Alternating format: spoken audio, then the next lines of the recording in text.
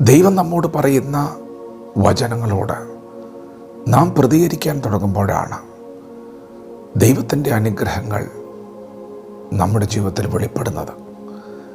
ദൈവത്തിൻ്റെ വചനത്തോട് നാം അനുസരണമുള്ളവരാകണം. തിരുവചനം പറയുന്നു, അനുസരിക്കുന്നത് യാഗത്തെക്കാളും ശ്രദ്ധിക്കുന്നത് മുട്ടാടുകളുടെ മേധസ്സിനേക്കാളും നല്ലത്. ദൈവത്തിൻ്റെ വചനം രാപ്പകൽ ധ്യാനിക്കുന്ന മനുഷ്യൻ ഭാഗ്യവാൻ. അവൻ ആറ്റരികത്ത് നട്ടിരിക്കുന്നതും തക്കകാലത്ത് ഫലം കായ്ക്കുന്ന ഇല വാടാത്തതുമായ വൃക്ഷം പോലെ ഇരിക്കും.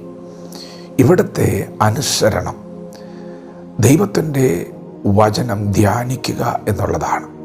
പ്രിയപ്പെട്ടവരെ, നിങ്ങൾ ഇന്ന് പകൽ കേൾക്കുന്ന ദൈവശബ്ദം അതെന്ത് തന്നെ ആയിരുന്നാലും ആ ദൈവശബ്ദത്തോട് അനുസരണമുള്ളവരാകുമ്പോഴാണ് ദൈവവചനത്തിൻ്റെ അകത്തെ നന്മ നമുക്ക് അനുഭവിക്കാൻ സാധിക്കുന്നത്.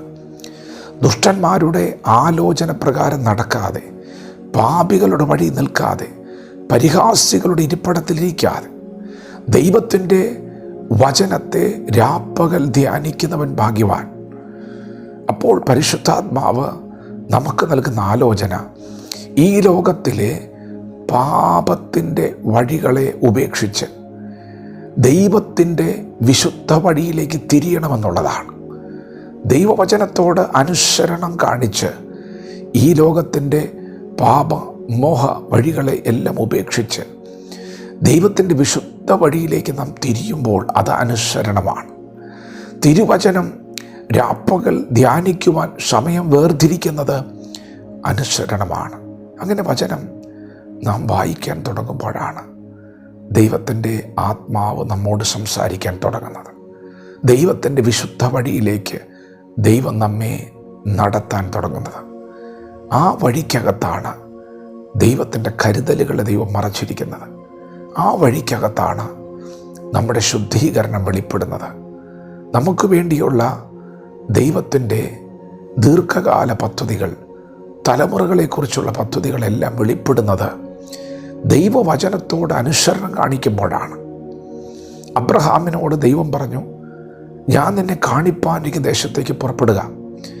അബ്രഹാം ദൈവശബ്ദം കേട്ട് മുൻപോട്ട് ചുവട് വെച്ചപ്പോൾ അബ്രഹാം കാൽ ചവിട്ടി നിന്ന മണ്ണ് അത് കനാൻ ദേശമാണ്. ദൈവം പറഞ്ഞു, ഇത് നിൻ്റെ തലമുറയ്ക്കുള്ളതാണ്. അപ്പോൾ ആദ്യം ദൈവം അബ്രഹാമിനോട് പറഞ്ഞത് കാണിപ്പാനിരിക്കുന്ന ദേശത്തേക്ക് പുറപ്പെടുക എന്നുള്ളതാണ്. ആ ശബ്ദം അത്ര വ്യക്തമല്ലെങ്കിലും അതിനോട് അനുസരണം കാണിക്കാൻ തുടങ്ങിയപ്പോൾ പ്രിയപ്പെട്ടവരെ, അബ്രഹാം കേട്ട ശബ്ദം തലമുറയോടുള്ള ദൈവിക പദ്ധതിയാണ്.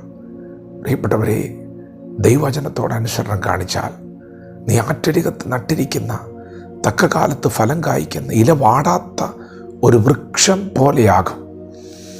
നീ ഒരു വൃക്ഷം പോലെയാകും. അനേകർക്ക് നന്മ നൽകുന്ന, ഫലം നൽകുന്ന, തണൽ നൽകുന്ന ഒരു വൃക്ഷത്തെ പോലെ നിങ്ങളുടെ ജീവിതം മാറും എന്നാണ് ദൈവം നമുക്ക് ഉറപ്പ് നൽകുന്നത്. അതുകൊണ്ട് ഇന്ന് പകൽ കേൾക്കുന്ന ശബ്ദത്തോട് അനുസരണം കാണിക്കുക. വേർപെടാനാണ് പറയുന്നതെങ്കിൽ വേർപെടുക. ധ്യാനിക്കാനാണ് ധ്യാനിക്കുക. പ്രാർത്ഥന കൂട്ടാനാണ് പറയുന്നതെങ്കിൽ പ്രാർത്ഥന കൂട്ടുക. എന്താണോ ദൈവം നമ്മോട് പറയുന്നത് അതങ്ങനെ തന്നെ ജീവിതത്തിൽ പ്രാവർത്തികമാക്കുക. വചനത്തോട് പ്രതികരിക്കാം. ദൈവം നമ്മെ ഓരോരുത്തരും ഈ പകൽ അനുഗ്രഹിക്കുമാറാകട്ടെ. ആമേൻ.